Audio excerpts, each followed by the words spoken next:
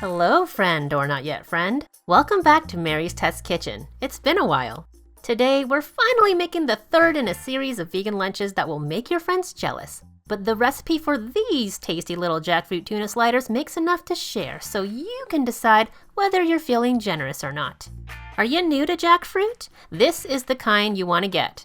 It's unripe, so it's not sweet, and it has very little flavor, so it can take on whatever flavor we put to it. This, on the other hand, is ripe jackfruit. It tastes just like juicy fruit gum. Or maybe it's the other way around, but either way, the taste is gonna move ya. Just not for this recipe. We don't need notes of peach and banana and pineapple in tuna sliders. So even unripe, aka green jackfruit, has a little bit of that flavor, so you need to rinse it super well to get rid of it. Prep first by removing what we don't need, the tough core and the seeds, plus any discoloration.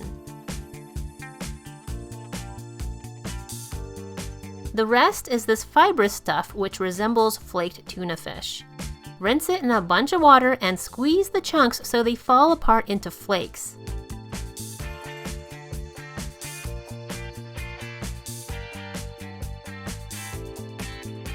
Next, drain the water. I'm using a jelly bag as my strainer. I love these jelly bags because they work really well for this job. You can find them easily in grocery or hardware stores where they sell canning supplies like mason jars, and they are pretty inexpensive too. Try to squeeze as much liquid out as you can without breaking your strainer or tiring your hands too much. You're gonna do this more than once.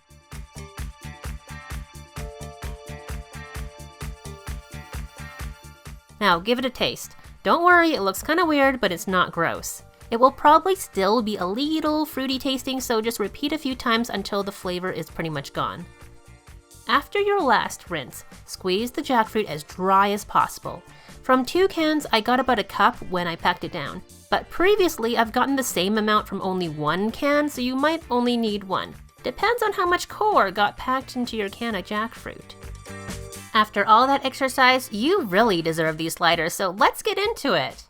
Jackfruit has the perfect texture to mimic flaky tuna, but it has very little protein, so that's where chickpeas come in.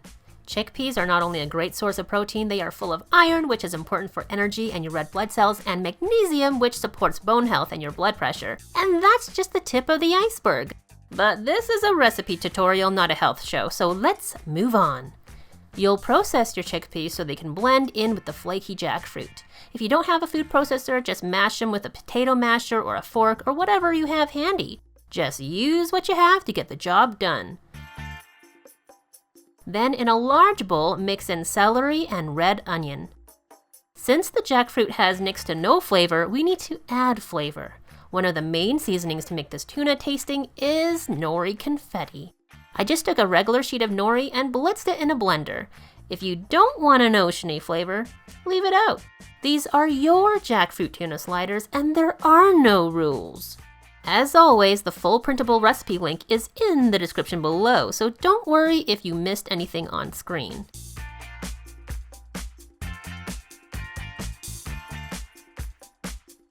Next, mix miso paste and vegan mayo together, and this will be the glue that holds our vegan tuna patties together.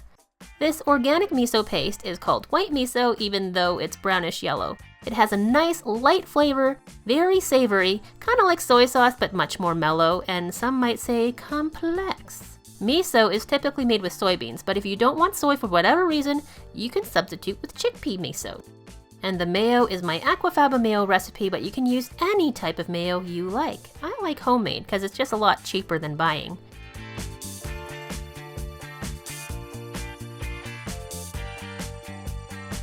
This is almost done, but we'll add just a few tablespoons of regular breadcrumbs to bind everything together. If your mayo was more runny or you didn't dry your chickpeas or jackfruit as thoroughly as I did, you might need 1 or 2 more tablespoons of breadcrumbs.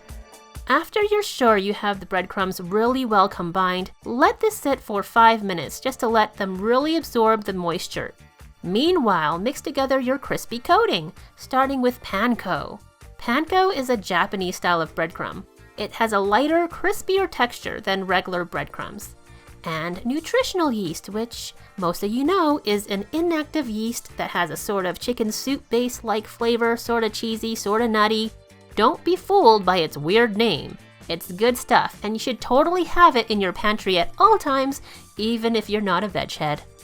Last in, the rest of our nori confetti. Easy peasy. Time to turn this mix into balls. Yes, there is a joke in there somewhere, but I'm trying to be family friendly.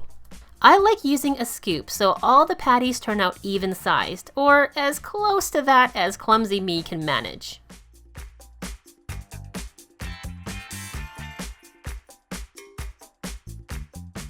Finally, press the patties in gently, on both sides and along the edges.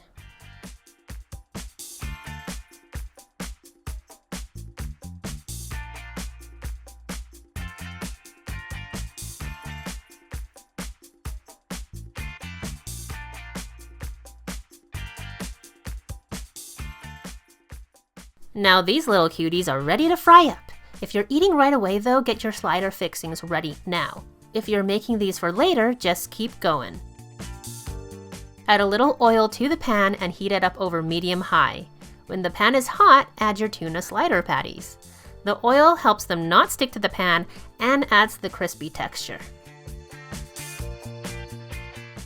After 3 to 4 minutes, you can flip them. The bottom should have gotten nice and golden brown. After 3 or 4 more minutes, the other side should be browned too, and you can transfer them to a cooling rack or serve them up right away.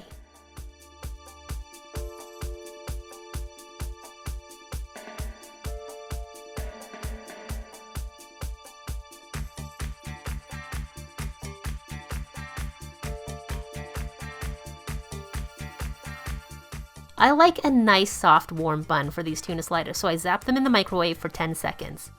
Then on goes a slice of vegan cheese, crispy tuna patty, and creamy vegan tartar sauce, which is really just vegan mayo with a little lemon, chopped pickles, and onion. And there you have it! Delicious vegan tuna sliders ready to share with your friends and family. Or not. These are your vegan jackfruit tuna sliders, and there are no rules. Speaking of no rules though, I do have some guidelines in the printable recipe to help you store these for your brown bag lunch and how to reheat them without making them soggy. So I hope you enjoyed this recipe, my friend. Please give this video a thumbs up if you liked it and let me know in the comments below what you'd like me to veganize next. And subscribe if you haven't already if you want to see more easy and delicious vegan recipes, reviews, what I eat in a day videos, and perhaps more. Thanks for watching. Bye for now.